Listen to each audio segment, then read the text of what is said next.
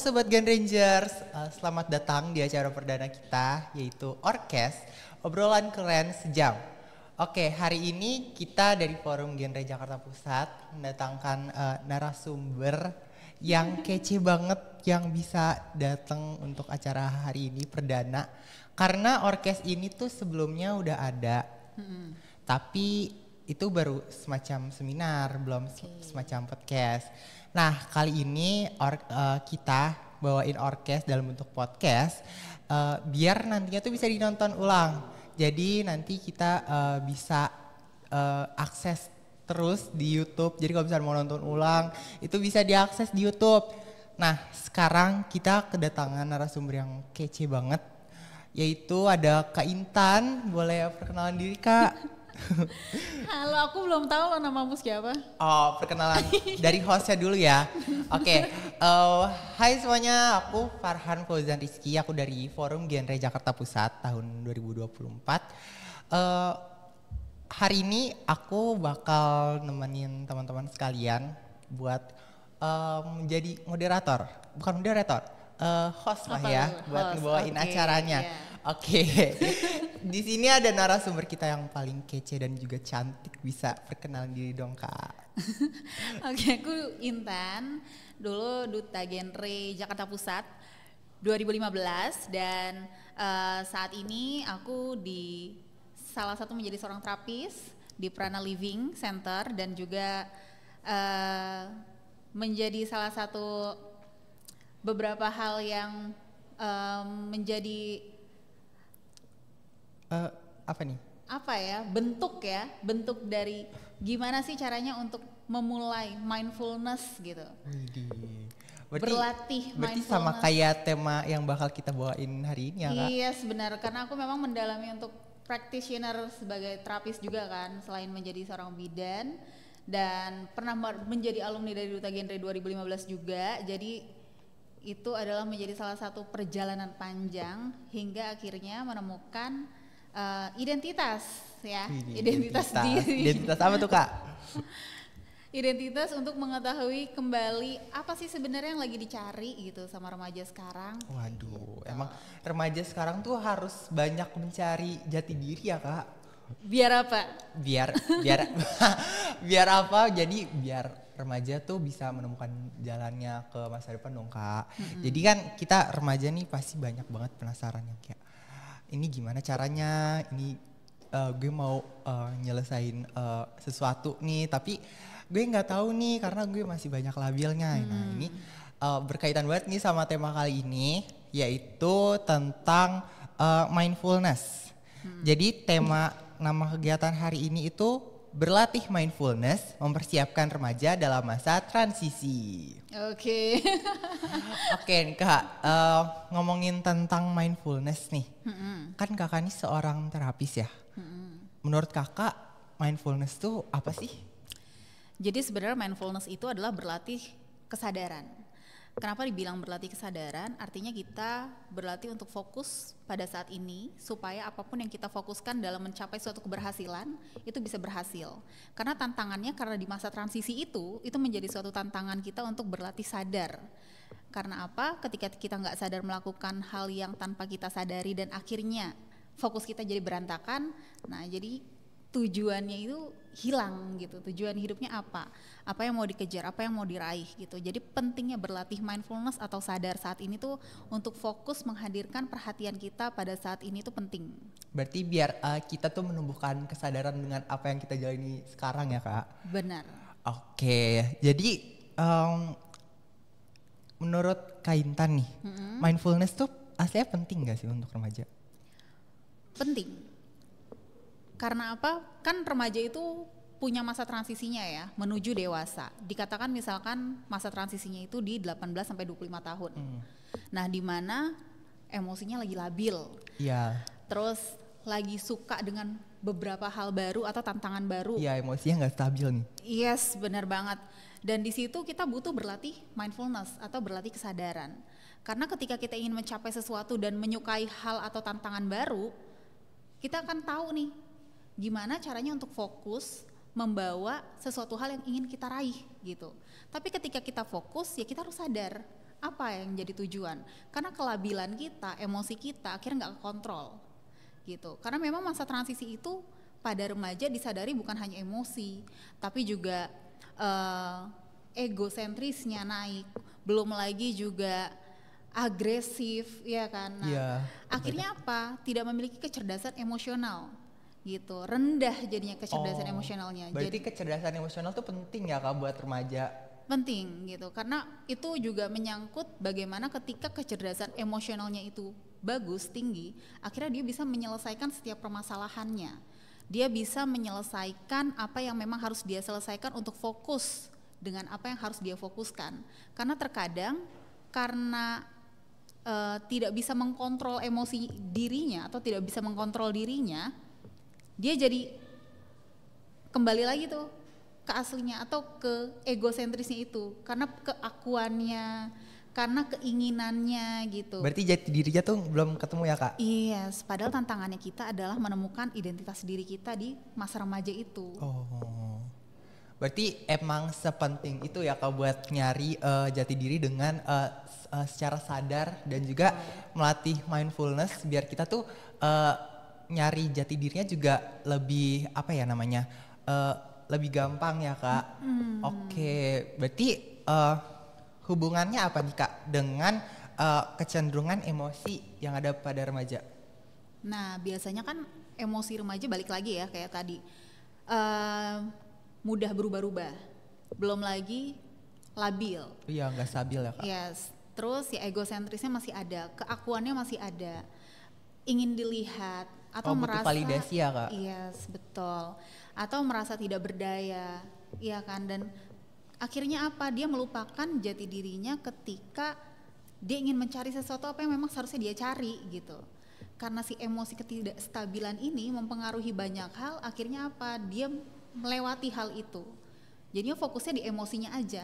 Oh berarti sayang ya Kak, berarti untuk momen yang aslinya kita bisa buat dapetin itu, tapi Kak cuman karena kita nggak bisa kontrol emosi kita jadi malah jadi sia-sia ya Kak. Benar banget. Rugi ya Kak, berarti kita nih sebagai remaja sudah harusnya tuh bisa merencanakan masa depan dan juga kita bisa mengatur sedemikian rupa untuk masa depan.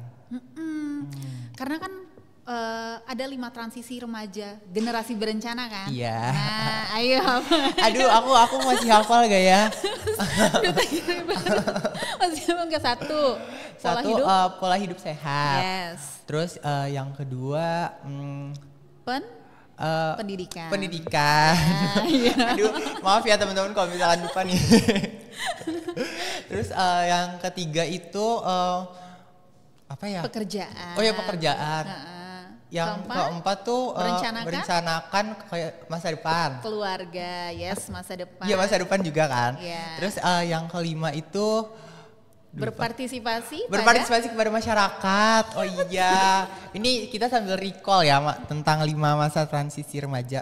Iya, karena kan itu penting banget kan. Iya. Sebenarnya dasarnya tuh di situ gitu loh. Tapi orang-orang gak merhatiin. Iya, makanya kenapa harus ikut genre? Karena biar kita tahu tentang 5 transisi remaja. Salam genre. Oke nih Kak, buat kita bisa tahu tentang mindfulness nih, cara-caranya tuh apa aja sih Kak? Kayak jenis-jenis mindfulness, bagaimana cara kita bisa melatih mindfulness kita, kesadaran kita. Ada gak sih Kak caranya gitu? Tips untuk berlatih mindful ya atau berlatih kesadaran. Sebenarnya cara yang paling mudah adalah untuk merasakan pernafasan kita. Oh, berarti penting ya Kak untuk menjaga pernafasan. Bukan menjaga pernafasan ya. Kan kita mengatur. mengatur pernafasan. Karena ketika kita emosi atau ketika kita marah atau ketika memang ada rasa nggak nyaman di dalam tubuh kita, biasanya tuh detak jantungnya akan lebih cepat berdetaknya. Yes, betul, lebih cepat. Dan mengakibatkan ketika kita mau mengambil suatu keputusan, akhirnya keputusannya nggak diambil secara jernih, secara netral gitu. Jadi pentingnya untuk berlatih mindful. Caranya itu dengan mengatur nafas kita. Artinya ya berdiam diri sejenak, tarik nafas, merasakan setiap udara yang masuk, ya fokus dengan nafasnya aja. Nah kalau sudah seperti itu apalagi nulis jurnal. Nah, nulis jurnal ini juga salah satunya adalah untuk merefleksikan diri.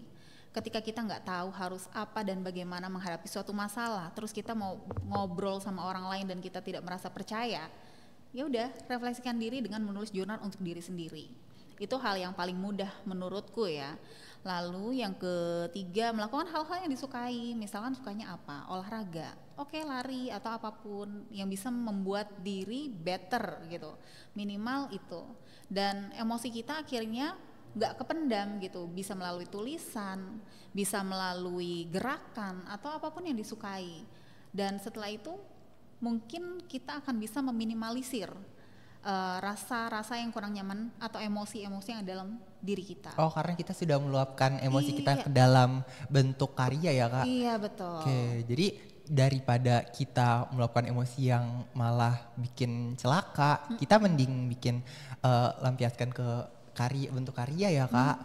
Oke, itu bentuk kreativitas juga sih Kak, kayak bisa jadi apa ya, bahkan teman aku yang meluapkan emosi dalam bentuk karya itu bahkan bisa membuat karyanya tuh makin dikenal banyak orang. Kalau misalkan dilihat tuh, oh emang orang ini tuh kreatif ternyata, padahal dia emang bentuknya itu tentang apa sih namanya, dalam bentuk meluapkan emosi. Benar. Jadi sebenarnya ngeluapin emosi itu nggak harus merugikan diri sendiri kan, apalagi merugikan orang lain, tapi bisa dengan melalui kreativitas dan karya kita. Yang penting emosinya itu dia nggak tertahan, dia nggak kependam. Karena apa? Dengan kita memendam setiap emosi, akhirnya tiba-tiba pecah, tiba-tiba ya akhirnya melukai diri atau melukai orang lain. Padahal sebenarnya kita bisa kok untuk menetralisir itu gitu dengan ya udah latihan mindful, latihan sadar untuk fokus saat ini, tarik nafas sebentar gitu, kasih jeda, kasih waktu untuk diri sendiri gitu sebelum kita keluar atau sebelum kita ketemu sama orang. Karena apa? Ketika mungkin rasanya dengan ketemu sama orang malah jadi kurang nyaman, atau biasanya ketemu sama orang akhirnya nggak menyelesaikan masalah, pulang masih dengan tetap masalah itu dengan emosi itu gitu. Itu celaka banget ya Kak, rasanya ada yang ganjel gitu. Iya, biasa Farhan kayak gitu kan. Iya. Tapi sekarang setelah aku tahu dari Kak Intan, aku mulai ini sih, apa, harusnya aku banyak melatih diri ya untuk mengontrol emosi, salah satunya dalam bentuk karya. Jadi biar kayak daripada gue yang ngerugiin diri gue sendiri, ya mending dibikin sebuah karya gitu. Jadi ya biar lebih kreatif. Benar. Dan satu lagi Farhan, ketika kita bisa mengontrol, self control kita bagus, self control diri kita, akhirnya kita bisa mengenal diri kita. Jadi kita tahu nih bagaimana caranya. Ketika kita mengenal diri, kita juga tahu akan kebutuhan kita dan akan kebutuhan orang lain gitu. Jadi kita nggak langsung mengambil keputusan ketika kita emosional atau ketika kita kurang nyaman. Jadi dan kita akan lebih mencintai diri kita. Nah, ketika kita lebih mencintai diri kita, kita tahu nih apa yang harus kita bagaimana cara orang supaya mencintai kita dengan caranya kita sendiri gitu. Karena kadang remaja ini suka ikut-ikutan. Iya, agar diterima di luar. FOMO ya teman-teman, iya. Fear of missing out. Ikutan FOMO padahal itu belum tentu hal yang nyaman untuk dilakuin. Untuk kita. Bener kan? Nah, jadi ya salah satu untuk mencari identitas diri kita dan untuk mengenali diri kita. Sampai kapan gitu ya, proses itu kan terus gitu, akan terus berjalan gitu selama transisi kehidupan kita. Dan artinya kita mungkin saat ini tahu nih, misal Farhan udah mengenali diri Farhan yang seperti ini gitu kan. Nanti akan ada nih Farhan yang lain yang ada di dalam diri Farhan melalui potensi Farhan sendiri. Apa aja tuh Farhan lainnya? Iya, karena akhirnya kan kita fokus sama diri kita kan, dan kita nggak kebawa oleh arus-arus yang mungkin emosi atau apapun yang ada terjadi di luar diri kita. Karena balik lagi, yang cuman bisa mengontrol diri kita ya hanya diri kita sendiri. Kita nggak bisa kontrol sesuatu hal di luar dari itu gitu. Jadi sebelum kita ingin menyelesaikan masalah orang lain, ya selesaiin dulu aja. Selain dulu untuk diri sendiri ya Kak. Oke.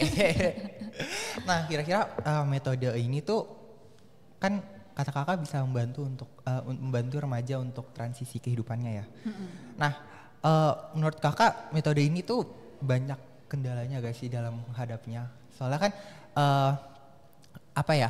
Kan nggak semua metode tuh pasti cocok dan pasti untuk masing-masing individu pasti banyak ini ya apa namanya kendala yang dihadapi kalau misalnya kita salah melakukan metode.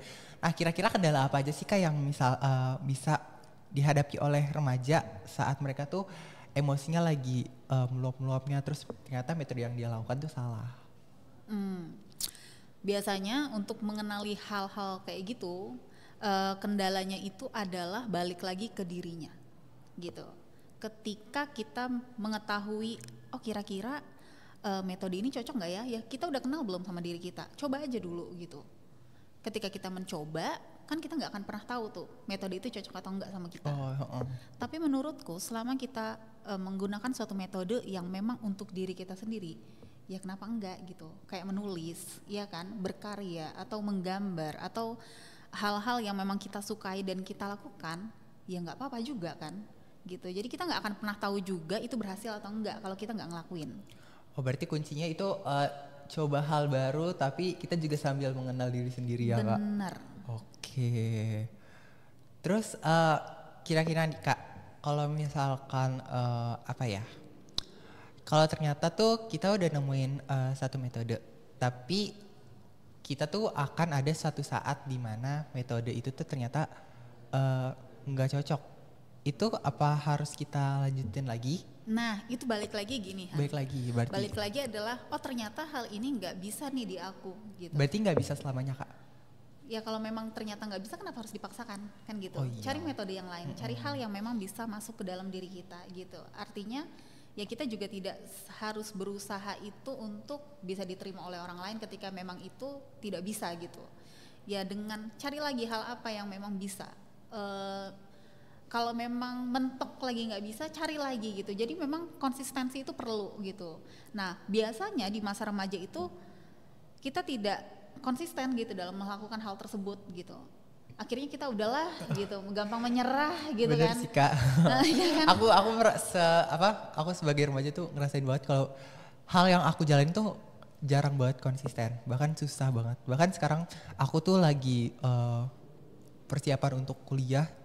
Aku juga kadang nggak so konsisten buat nyari jalan-jalan biar aku tuh tetap semangat dalam nyiapin kuliah.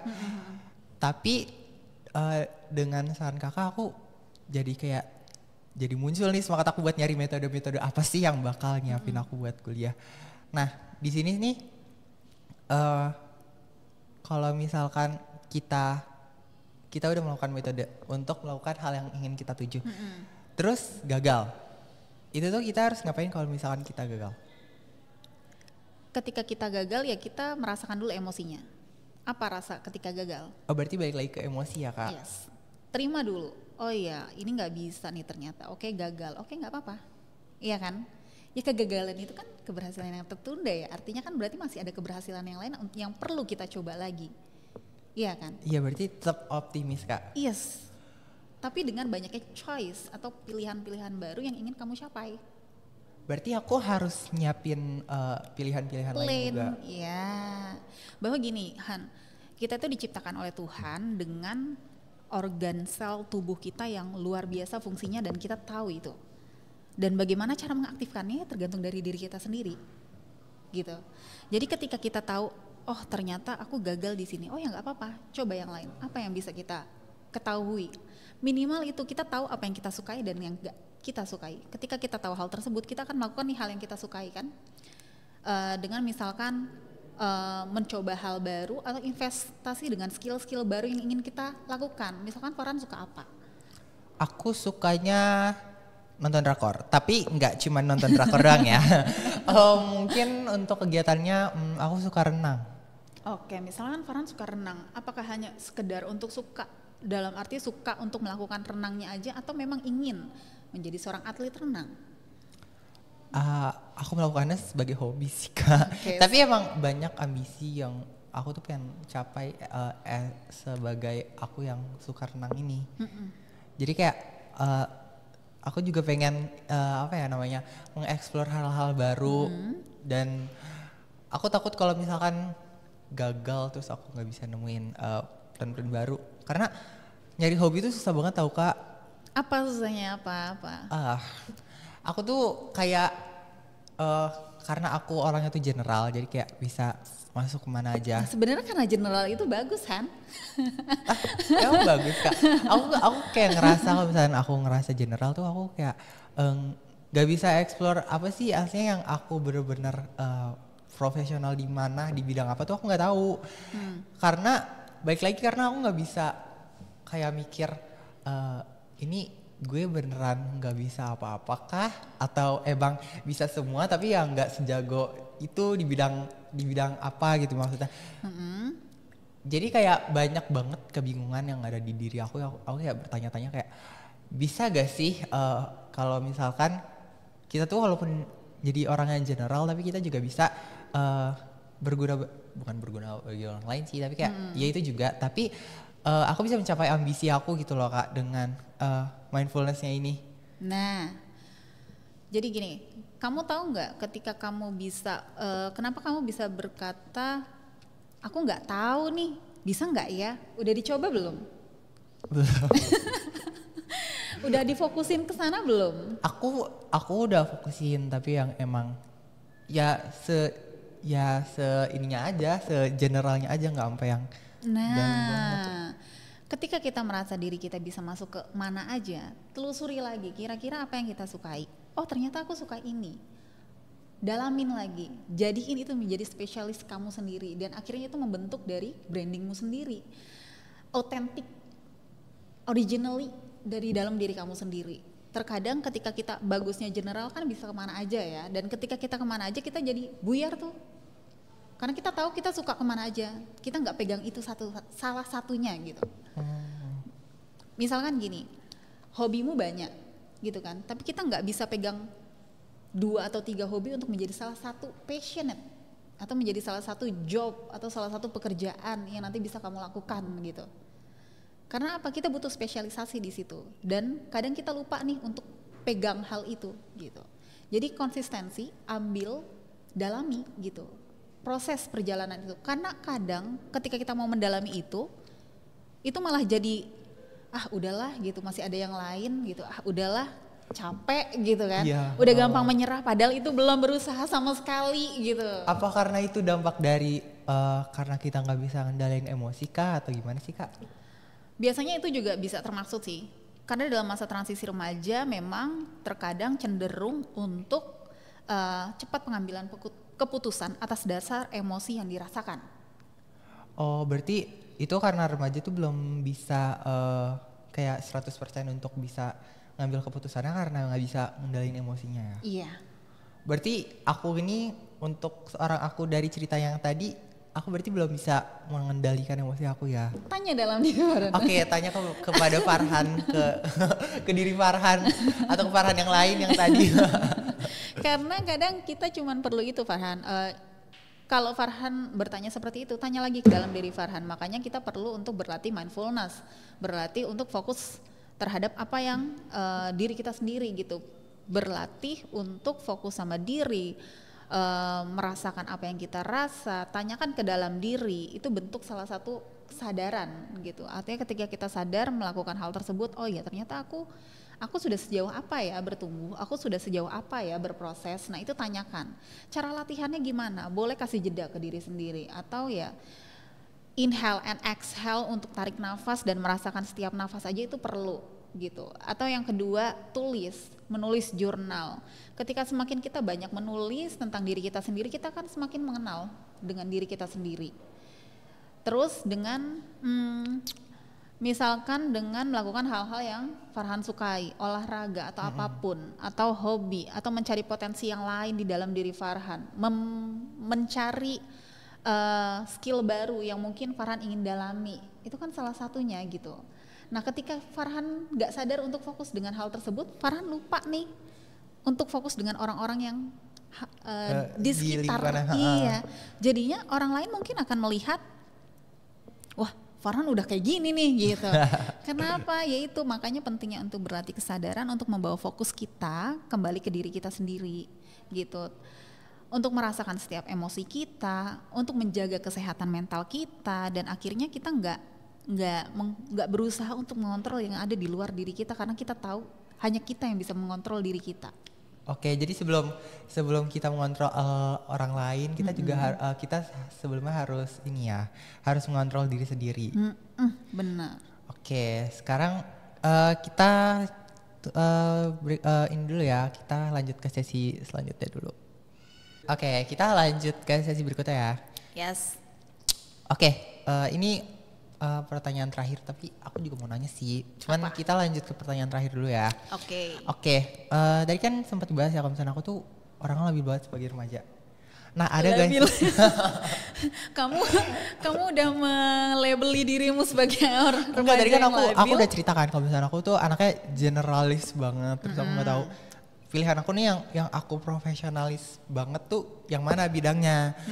Nah aku mau nanya nih, bagaimana sih kalau sebagai remaja nih biar dapat konsisten dalam memegang kontrol atas dirinya secara penuh dan bisa dengan sadar tuh mengambil keputusan pentingnya. Jadi kayak aku dari yang orang generalis bisa ngambil keputusan secara mindfulness, biar aku bisa dapat bidang yang biar aku tahu tuh aku tahu mana bidang yang aslinya tuh aku profesional di sini.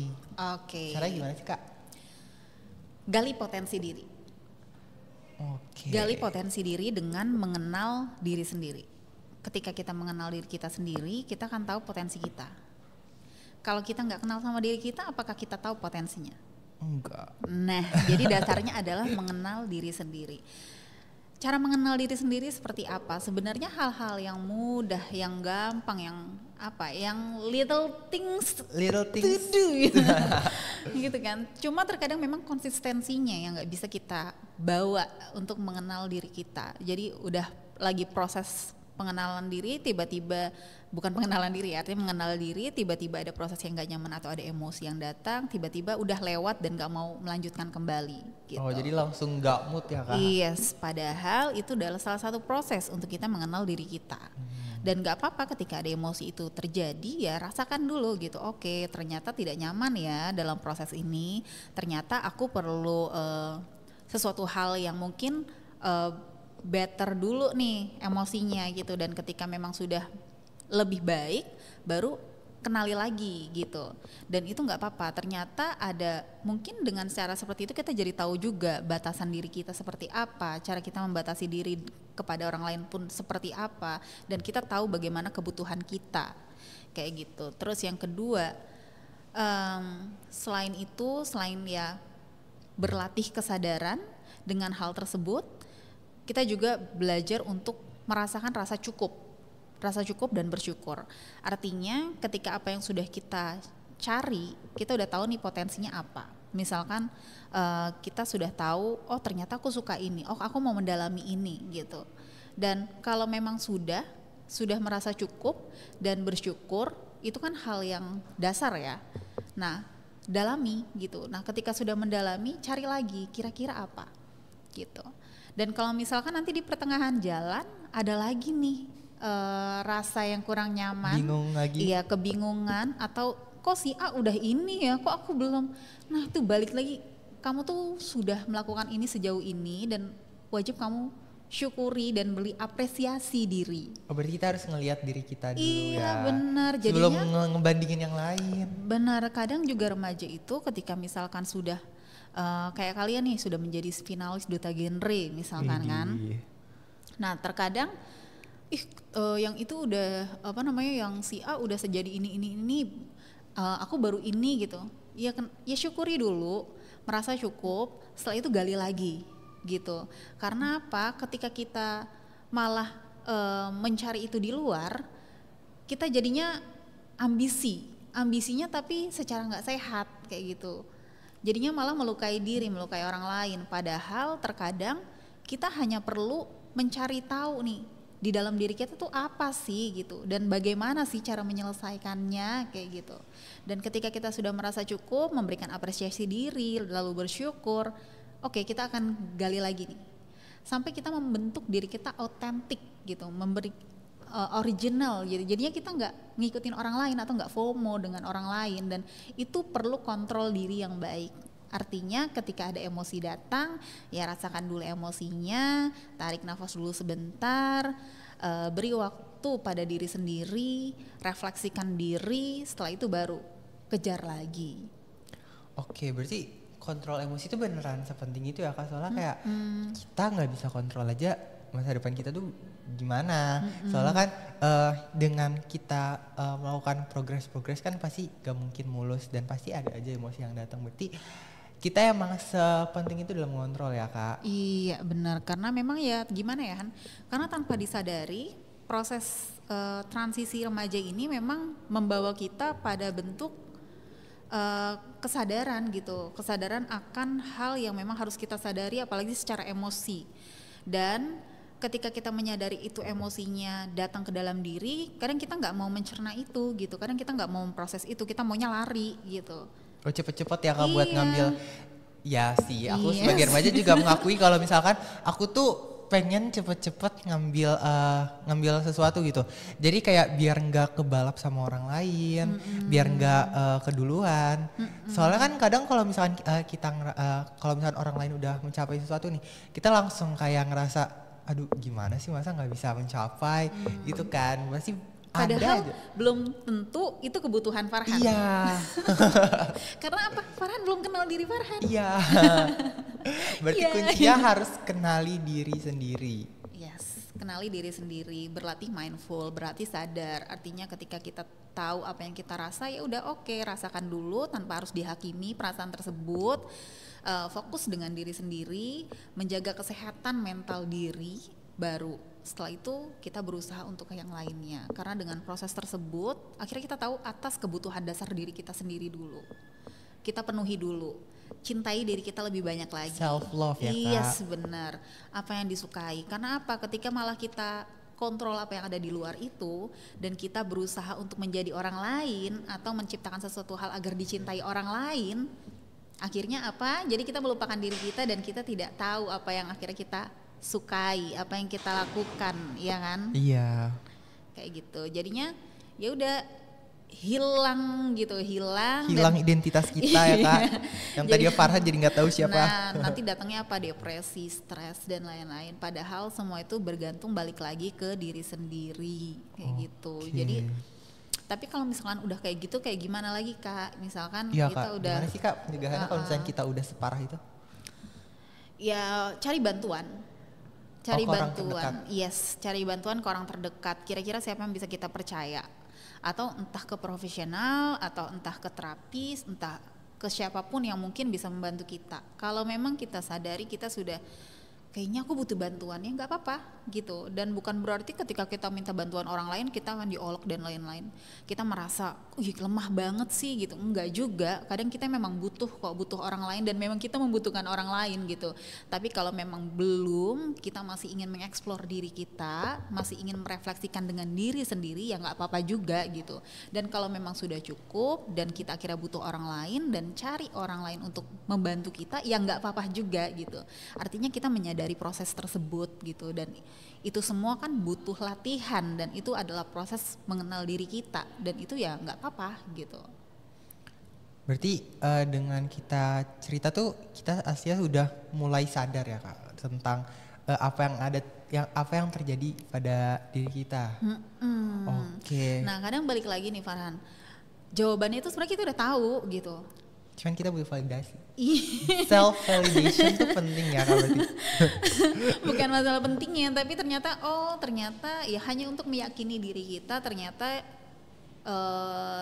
kita butuh didengarkan atau memang kita butuh solusi dari orang lain, dan itu nggak apa-apa juga. Dan kalau misalkan kita sudah tahu jawabannya tapi kita butuh cerita dengan orang lain, ya itu juga nggak apa-apa gitu. Atau kita sudah tahu jawabannya dan kita yakin untuk melangkah, dan itu nggak apa-apa juga gitu. Artinya kita menyadari setiap proses kehidupan kita, transisi kita ya memang seperti itu gitu. Jadi berlatih untuk sadar akan apa yang diri kita butuhkan gitu. Karena terkadang ketika kita tahu kebutuhan orang lain tapi kita nggak tahu kebutuhan diri kita, kan tanda tanya. Iya Iya kan? Jadi kita nggak tahu nih kita gimana. Yes. Makanya kita perlu dulu nih untuk diri kita dulu, baru kita kasih ke orang lain, atau baru bagaimana cara membantu orang lain atau mengkomunikasikan ke orang lain. Akhirnya kita tahu untuk tidak menyakiti diri kita ataupun menyakiti orang lain kayak gitu. Dan konsistensi itu memang harus dilatih gitu, nggak bisa hanya sekedar sekali 2 kali dicoba udah selesai, enggak. Tapi konsistensi itu ya memang harus sering dilatih, sering diurai, sering mengolah diri sendiri, sering berproses. Oke, ini adalah salah satu bentuk proses diri dan nggak apa-apa. Ya memang harus melewati itu gitu. Berarti it's fine ya Kak? Iya, dan semuanya baik-baik aja sebenarnya. Kitanya aja overthinking. Iya, kebanyakan remaja yang nonton nih, remaja sekalian itu emang biasanya pasti banyak banget pikiran. Soalnya selain labil tuh kadang kita banyak pikiran yang menghantui gitu loh Kak. Jadi kayak, ini gue bisa gak sih? Atau kayak gue sepercaya diri itu gak sih buat kayak buat nampilin sesuatu, buat menunjukkan sesuatu. Padahal belum dicoba. Iya, walaupun gemeteran dikit tapi hasilnya bisa. Jadi sebenarnya ya untuk menyadari hal tersebut ya kita perlu untuk mengenal diri kita, untuk melihat bagaimana sisi, ya itu ya, kita punya sisi gelap dan sisi terang diri kita. Artinya ketika kita sisi gelap itu bukan berarti yang gelap gitu ya. Sisi gelap ya ketidakpercayaan diri atau rasa insecurity. Nah, rasa tidak aman. Nah, itu kan salah satu bentuk gelap di dalam diri, tapi itu kan perlu kita rangkul. Kalau kita nggak mengetahui itu ada dalam diri, bagaimana kita bisa merangkul hal tersebut gitu loh.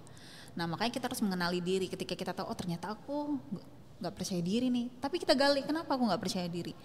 Ya aku orang belum coba kok gitu. Oh berarti mencari 1000 alasan biar kita tuh bisa ya Kak? Yes, benar. Karena itu kita tuh diciptakan Tuhan itu dengan bentuk organ sel yang luar biasa, dengan di tubuh kita yang ya kita bilang sempurna ini gitu kan. Jadi kenapa ya why not untuk kita coba, why not untuk kita berusaha untuk mencari menggali potensi dalam diri kita sendiri untuk menjadi seperti apa yang kita inginkan. Karena ya kreator atas diri kita ya hanya diri kita sendiri kan, dan kita nggak akan pernah tahu sejauh apa kita akan melangkah, sejauh apa kita akan berproses dan menjadi bentuk salah satu di dalam diri kita yang kita ingin tampilkan kayak gitu.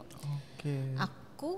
Aku bidan ya kan, tapi aku juga seorang terapis. Iya. Gitu. Nah, ya nggak apa-apa gitu. Jadi ketika kita mendalami sesuatu ya coba gitu. Ternyata kita memiliki potensi itu dan ternyata kita punya klien dan punya pasien yang percaya sama kita gitu. Jadi ya aku juga yoga teacher. Jadi ya apa ya iya, jadi walaupun kakak nih sebagai bidan, tapi karena kakak bisa menggali potensi dalam diri kakak tuh, kakak akhirnya jadi kayak selain bidan ternyata juga bisa jadi yoga teacher, ngajar orang lain. Karena dengan kakak bisa mengenal diri tuh jadi malah jadi mengenal orang lain, mengenal potensi orang lain, bahkan sampai ngajarin. Itu udah keren banget sih Kak menurut aku.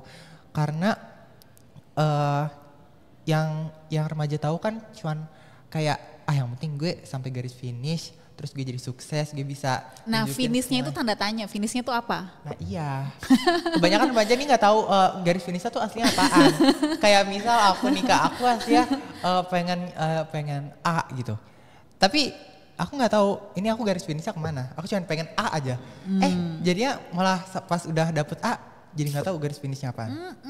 Itu remaja yang selalu dirasakan. Benar, jadi sebenarnya ketika ya itu kan baru transisi ya, artinya menjembatani sesuatu dari segi usia gitu kan, remaja ke dewasa, dan itu ya nggak apa-apa gitu loh. Dan ketika kita mencari identitas diri, kita akan mencari terus nih, menggali lagi apa lagi. Oh ternyata di Farhan usia segini dia suka ini. Oh Farhan di usia yang nanti achievement gitu kan, achievement sesuatu, terus bekerja, pendidikan pun nggak ketinggalan gitu. Jadi memang ya seperti itulah proses kehidupan manusia gitu. Jadi dan akhirnya kita tahu untuk di akhir transisi remaja genre gimana? Mendapat ini ya, berpartisipasi untuk masyarakat. Iya, dan akhirnya kita tahu oh ternyata ilmu yang kita miliki juga harus kita bagi ke orang lain, ke masyarakat. Dan kita misalkan harus bisa bermanfaat untuk sekitar kita, menolong sesama, rasa empati. Nah, itu akhirnya akan terbentuk seperti itu gitu. Jadi sebenarnya di genre itu udah bener gitu kan? Iya kan? 5 transisinya seperti itu gitu. Emang harus diterapkan ya Kak. Iya. Karena remaja nih aslinya cuma nggak tahu mudah aja. Kan? Iya mudah.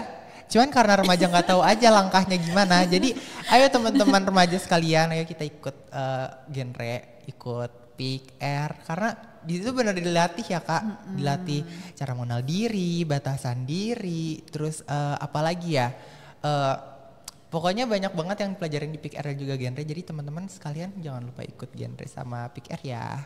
Nah, apalagi nanti kan udah mau 2024 akan ada pemilihan Iya, ada juga pemilihan. kan. Benar. Kapannya nanti saksikan di @genre_jakpus. Nah, itu juga penting. Jadi selain kita mengenal potensi diri dan kita mengenali diri kita dan akhirnya kita bisa mencintai diri kita akan tahu bagaimana cara kita untuk mencintai orang lain, ya kan? Itu ada di transisi kan? Ada. Berkeluarga kan? Kakak jangan lagi, ntar aku recalling memori lagi nih. Jadi sebenarnya 5 transisi remaja generasi berencana itu keren gitu. Jadi ya dasarnya itu gitu. Dan tapi nantinya pada saat berproses itu ada emosi, ada rasa nggak nyaman, ada ya mungkin ada rasa bahagia, Ada bagian-bagiannya kan? lagi Ada ya, Kak? bagian-bagiannya lagi di sana untuk kita merasakan hal tersebut ya nggak apa-apa gitu. Cuma lihat kapasitas diri. Ketika memang kita bisa mengkontrol itu dengan baik, it's okay. Kontrol itu dengan apa? Dengan berarti mindful, dengan berarti sadar, dengan menulis, dengan hal yang kita sukai, menggambar untuk merefleksikan diri kita. Nah, kalau misalkan kita udah nggak bisa nih, kita harus butuh bantuan orang lain, ya udah komunikasikan ke orang lain, ke orang yang bisa kita percayai. Siapa yang bisa mendukung kita? Itu hal-hal yang simple seperti itu. Oke, aku mau nanya nih satu pertanyaan. Kakak bisa sharing gak ya seputar mindfulness kakak yang dengan metode-metode yang udah kakak terapin? Kakak bisa ceritain gak sih ke kita semua nih, ke teman-teman yang nonton, ke aku, itu sharing metode-metode mindfulness apa aja sih Kak yang udah kakak terapkan, dan testimoninya gimana sih? Sebenarnya kan itu menjadi salah satu proses ya, salah satu proses bagian kehidupan ya untuk bisa melewati hal tersebut. Dan akhirnya ketika kita tahu hal tersebut, kita menjadi mengenal diri kita. Yang pertama mungkin dulu aku lebih sering menulis jurnal, aku suka banget nulis, tapi tadinya tuh dulu gak suka Han. Aku tuh tadinya gak suka nulis. Oh, berarti dari buku yang kakak tulis tuh hasilnya dulu kakak nggak suka? Enggak, aku tuh tadinya awalnya nggak suka nulis, tapi entah kenapa ketika aku memproses itu dalam waktu kesendirian waktu itu, jadi kayak nulis itu menjadi salah satu cara untuk memvalidasi emosi yang aku rasain. Oke. Gitu. Berarti nanti pas kita baca lagi tuh kita bisa mengenal diri sendiri. Bener. Oh ternyata kita tuh orangnya kayak gini-gini. Bener. Kita orangnya ternyata nggak bisa sabaran. Nah, dan ketika kita menulis itu ataupun permasalahan yang lagi kita alami kita tulis, ternyata kita bisa melewati permasalahan itu loh. Ternyata kita bisa hidup sampai detik ini loh Kak. Nah itu, terus yang kedua aku suka ya kalau saat ini ya berlatih mindful, ya merasakan nafas ataupun meditasi. Nah itu juga aku suka melakukan itu, dan akhirnya menjadi menyehatkan diri, lalu menjaga pikiran kita, bisa mengkontrol diri kita, karena kita sering merasakan nafas kita, karena biasanya kita nafas nih tapi kita nggak merasakan nafas kita gitu. Jadi ya kasih jeda 5 menit untuk merasakan, oke, inhale and exhale, tarik nafas. Oke, ternyata rasanya kayak gini ya. Oh, ternyata ada yang nggak nyaman ya. Oh, atau misalkan kita baru ngerasain rasa yang bahagia ya gitu. Ya udah divalidasi aja emosi. Emosi nggak harus selalu bentuk yang negatif, tapi yang positif pun harus perlu kita rasakan kayak gitu. Supaya kita hadir utuh saat ini dan kita menghargai proses apa yang kita lakukan saat ini. Karena ketika kita terlalu fokus dengan hal apa yang terjadi di masa depan dan kita kira mengejar hal masa depan itu, tapi kita nggak fokus saat ini, ya gimana kita mau mengejar masa depannya? Padahal proses yang harusnya terjadi saat ini yaitu akan terjadi pada menentukan masa depan, menentukan. Iya benar banget. Jadi kalau kita bawa fokusnya untuk saat ini, yang kita lakuin saat ini ya itu menjadi salah satu proses untuk masa depan nanti. Tapi kalau kita fokus dengan yang di depan, tapi hal-hal yang kecil yang saat ini nggak kita rasakan, ya nggak, yang gimana gitu untuk meraih masa depan itu gitu. Berarti little things matter ya Kak? Iya benar. Things matter. Berarti kita nggak boleh terlalu fokus sama masa depan, tapi kita juga harus fokus dalam membangun apa yang terjadi saat ini ya Kak? Iya, jadi kita bisa tahu apa yang ingin kita lakukan untuk kedepannya, tapi dengan membawa fokus kita saat ini. gitu. Karena ketika kita tahu apa tujuan besar kita nggak bisa merasakan atau fokus saat ini untuk tahu nih tujuan besar kita, tapi kita tidak menghargai proses-proses kecil ini untuk mencapai tujuan tersebut. Kayak gitu. Terus ya berlatih untuk self love ya, mencintai diri dengan melakukan hal-hal yang kita sukai, menyenangkan diri kita sendiri. Self healing. Iya, self healing itu ya itu termasuk untuk menulis, menggambar, pokoknya hal-hal yang memang melatih. Jadi gini, di tubuh kita kan sudah diciptakan luar biasa ya. Ada salah satu hormon namanya hormon endorfin.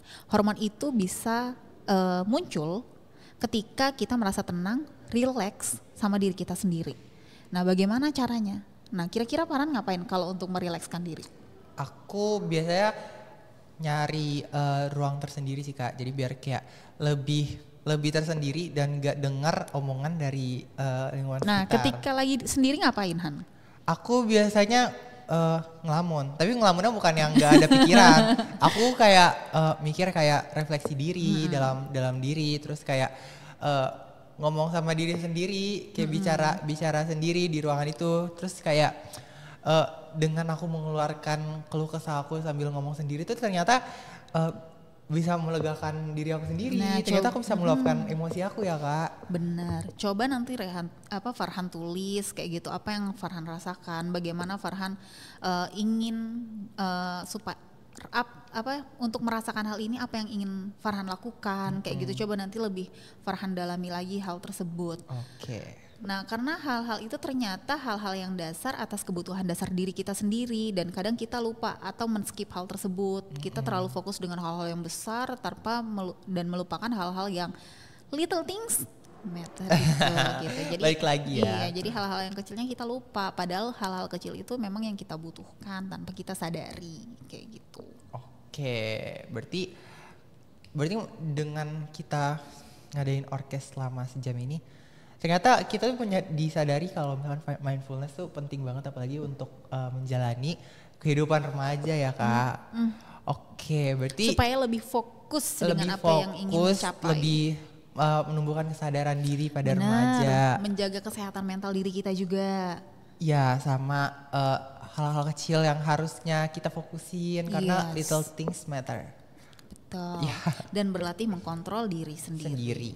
Oke, berarti untuk orkes obrolan keren selama sejam ini udah selesai karena kita udah banyak banget ilmu tentang mindfulness yang udah aku dan juga teman-teman sekalian yang dapetin. Semoga dengan kehadiran Kak Intan untuk Orkes Podcast episode pertama ya, nggak tahu deh. Ya, episode pertama ini bisa mendapatkan insight yang benar-benar insightful bagi teman-teman sekalian, dan juga semoga di podcast selanjutnya ini nggak kalah asik ya ilmu-ilmunya. Benar ya, banget. Kak. Jadi jangan lupa teman-teman untuk saksikan terus podcast orkes lainnya, obrolan keren sejam. Aku Farhan dan aku Intan. Kita pamit undur diri. Terima kasih. Terima kasih.